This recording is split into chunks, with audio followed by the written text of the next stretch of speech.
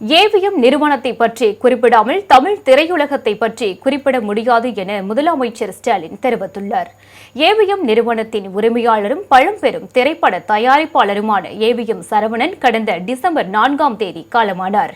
இந்நிலையில் ஏவிஎம் சரவணன் நினைவேந்தல் நிகழ்ச்சி சென்னை விருகம்பாக்கத்தில் நடைபெற்றது.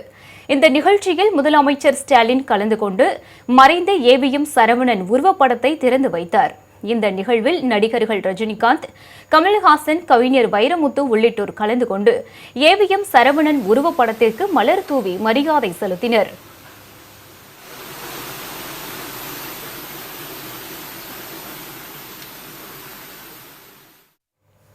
நிகழ்ச்சியில் உரையாற்றிய முதலமைச்சர் ஸ்டாலின், கலைஞருக்கும் ஏவிஎம் நிறுவனத்துக்கும் நெருங்கிய நட்பு உண்டு என்று குறிப்பிட்டார். தான் மேயராக இருந்தபோது பள்ளி மாணவர்களை விமானத்தில் திருப்பதி அழைத்துச் செல்ல ஏவிஎம் சரவணன் காரணமாக இருந்தார் எனவும் கூறினார். நான் சென்னை மாநகரத்துடைய மேயராக இருந்தபோது கடற்கரை பகுதியிலே நடைபயிற்சிக்கு செல்வதுண்டு. அப்பொழுது நம்முடைய சரவணன் அவர்களும் அவருடைய நண்பர்களோடு அங்கே நடைபயிற்சிக்கு வருவார்கள். நான் அடிக்கடி அவரை சந்தித்து பேசுவது உண்டு.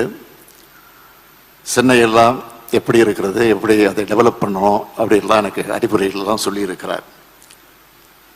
சென்னையில் இருக்கக்கூடிய பாலங்கள், நான் மேயராக பொறுப்பேற்றதுக்கு ஒரு 10 பாலங்களை கட்டினேன் என்பது உங்களுக்கெல்லாம் தெரியும், போக்குவரத்து நெரிசலை குறைப்பதற்காக.